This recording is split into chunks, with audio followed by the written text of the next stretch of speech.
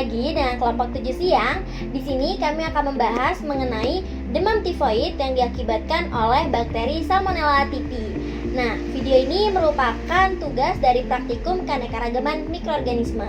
Oke, sebelum kita memulai materinya, yuk kita perkenalan terlebih dahulu dengan anggota dari kelompok 7 siang. Pertama, perkenalkan, ada saya sendiri, Indah Septiana, kemudian ada Sheila Sadila, lalu ada Fielda Nindita, kemudian ada Grace Widelia, dan juga yang terakhir ada ketua kelompok kami yaitu Muhammad Iqbal.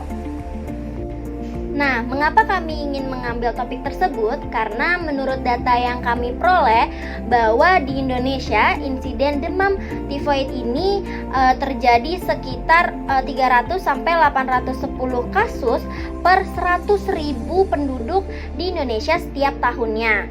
Nah, kemudian di Indonesia pula demam tifoid ini menyebabkan kematian 3% dari seluruh total kematian di Indonesia. Nah, demam tifoid ini disebabkan oleh apa sih? Demam tifoid ini disebabkan oleh bakteri Salmonella typhi. Nah, disinilah kami ingin mengetahui mengenai bakteri Salmonella typhi tersebut.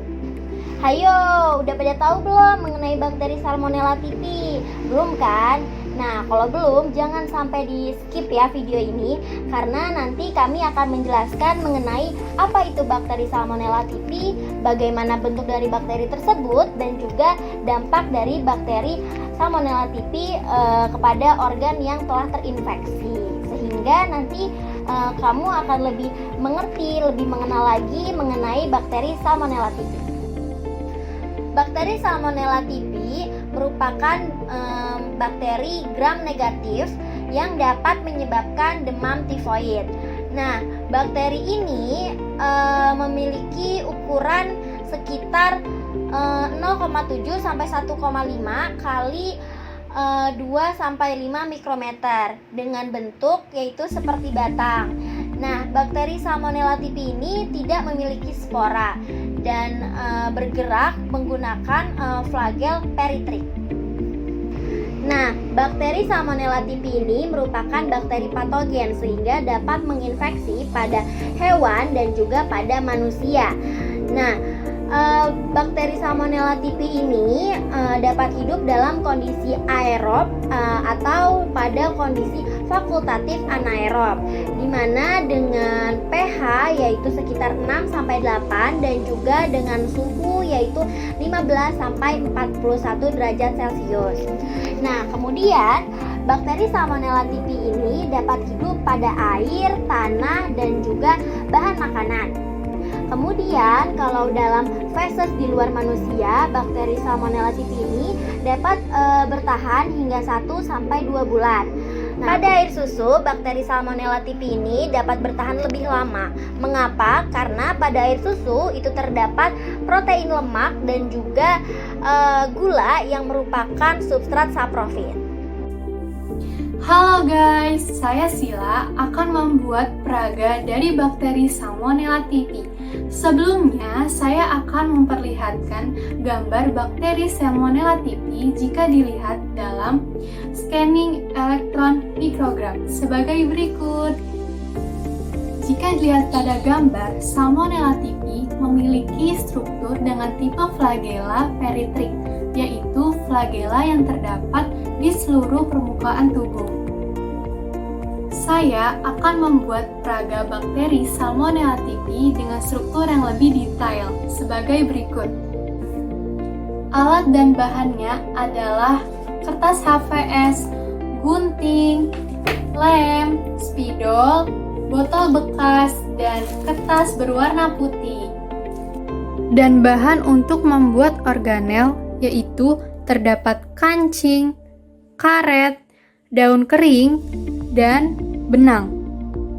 Cara pembuatan struktur tipe flagellata peritrik pada permukaan bakteri. Kemudian tempelkan daun kering ke botol yang sudah dilapisi kertas seperti ini. Daun kering yang sudah tertempel di permukaan botol terlihat seperti struktur tipe flagella peritrik. Kedua, cara pembuatan lebih detail struktur dari dalam sel bakteri Salmonella typhi. Nah, pertama kita gunting botol botol ini menjadi setengah bagiannya. Selanjutnya, gambar pola struktur dalam sel dengan ukuran yang sesuai dengan potongan botol.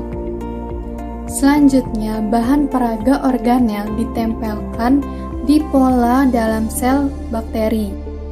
Setelah itu, rapikan permukaan dengan kertas pelapis dan tempelkan peraga flagella di permukaannya. Berikut adalah penampilan dari peraga bakteri Salmonella typhi.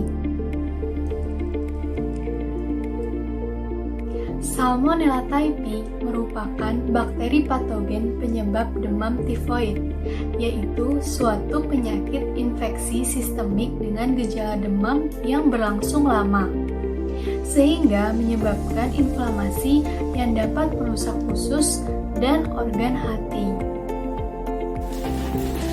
Di sini saya akan menjelaskan bagaimana bakteri Salmonella typhi mampu menginfeksi tubuh manusia dan menyebabkan penyakit demam tifoid.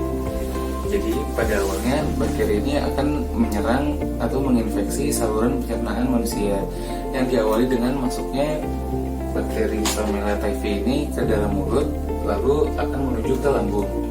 Nah, walaupun di lambung ini terdapat asam lambung yang kuat untuk membunuh bakteri dan mikroorganisme lainnya, akan tetapi bakteri ini masih mampu bertahan di lambung.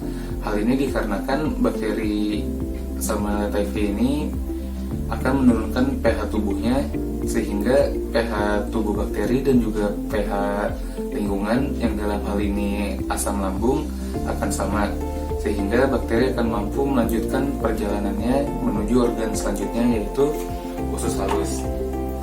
Nah, di usus halus ini bakteri akan melakukan replikasi untuk memperbanyak dirinya.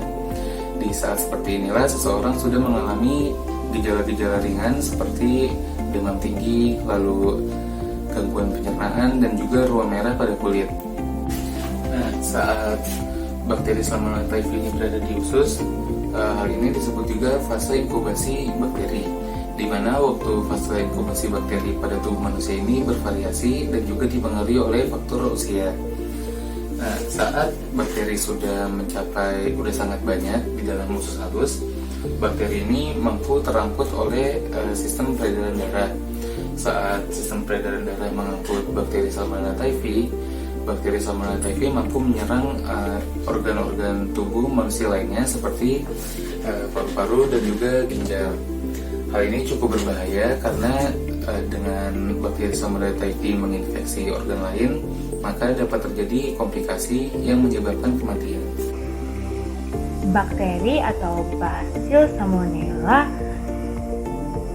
umumnya masuk ke dalam tubuh manusia melalui makanan dan minuman yang dimakan oleh manusia tersebut. Hal ini merupakan faktor utama dari penularan bakteri Salmonella ke dalam tubuh manusia, sehingga sangat penting dalam menjaga kebersihan atau higienis dari makanan dan minuman tersebut. Perlu dijaga dalam arti bagaimana cara mengolah makanan dan minuman tersebut, serta bagaimana cara memasaknya supaya tidak ada bakteri atau bakteri tersebut mati ketika pada saat pengolahan makanan dan minuman. Selanjutnya, faktor yang dapat menjadi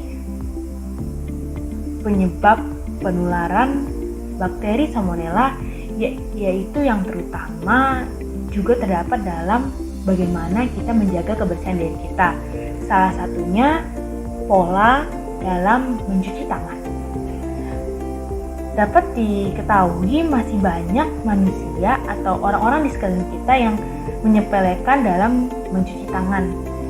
Sebenarnya mencuci tangan itu sangat penting, terkhusus dalam membatasi penyebaran bakteri Salmonella ke dalam tubuh kita. Karena kita tidak tahu apa yang kita sentuh dan apa yang kita sentuh itu berasal dari mana. Apakah dia sudah dihinggap oleh lalat yang sudah mengandung bakteri Salmonella atau hal-hal yang lain. Sehingga penting sekali mencuci tangan sebelum mengkonsumsi makanan dan minuman. Selanjutnya, yang terpenting ialah lingkungan tersebut kotor atau tidak higienis.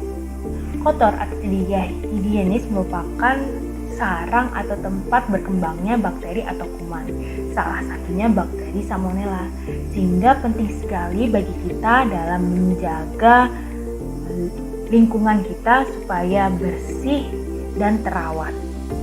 Dan yang terakhir, faktor penularan bakteri Salmonella yaitu dari orang yang terkena bakteri Salmonella yang dalam arti sudah mengalami demam tifoid. Apabila pasien atau orang yang terkena demam tifoid tidak dapat atau tidak diobati dengan baik, maka dia dengan sendirinya dapat menularkan. Perkenalkan, saya Fialda Anita Putri. Saya akan menjelaskan bagaimana terjangkitnya bakteri Salmonella tymphi pada tubuh manusia. Dari sebelah kiri saya terdapat video yang menjelaskan bagaimana proses-prosesnya berkembang biaknya gejala yang ditimbulkan dari bakteri Salmonella tymphi ini. Bakteri Salmonella tymphi ini merupakan bakteri patogen yang menimbulkan gejala demam tifoid. Gejala demam tifoid ini biasa kita sebut yaitu gejala tipes. Gejala tipes ini dapat dilihat melalui adanya muram-muram pada bagian permukaan tubuh kita, adanya gangguan saluran pencernaan, adanya diare, sembelit, dan demam yang tinggi. Lalu, bakteri ini juga dapat merusak pada bagian usus manusia hingga organ hati. Demam tifoid ini dapat menular dari human to human.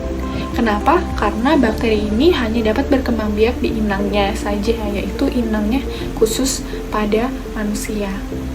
Di Indonesia sendiri, penyakit ini tuh sangat riskan untuk berkembang biak dari segi lingkungan dan segi aktivitas dari individunya tersebut. Lalu dari sudut makanan pula, ini merupakan salah satu faktor terpenting adanya perkembangan pada bakteri Salmonella tymphi ini. Kenapa? Dari makanan yang kurang higienis ini yang kita makan akan masuk ke dalam organ kita dan itu akan dengan mudahnya berkembang biak seperti pada video di bagian kiri saya. Lalu infeksi ini tidak mengenal umur. Infeksi yang ditimbulkan itu bisa saja dari balita, ibu hamil, hingga lansia. Jadi semua itu disesuaikan dengan kekebalan tubuh masing-masing pada tiap individu. Lalu untuk mencegahnya, pastikan kita selalu mencuci tangan sebelum makan dan selalu menjaga kebersihan diri kita sendiri serta makanan yang kita konsumsi, karena itu merupakan salah satu faktor penting sehingga dapat menimbulkannya gejala tadi dari bakteri Salmonella tymphi. Begitu. Sekian.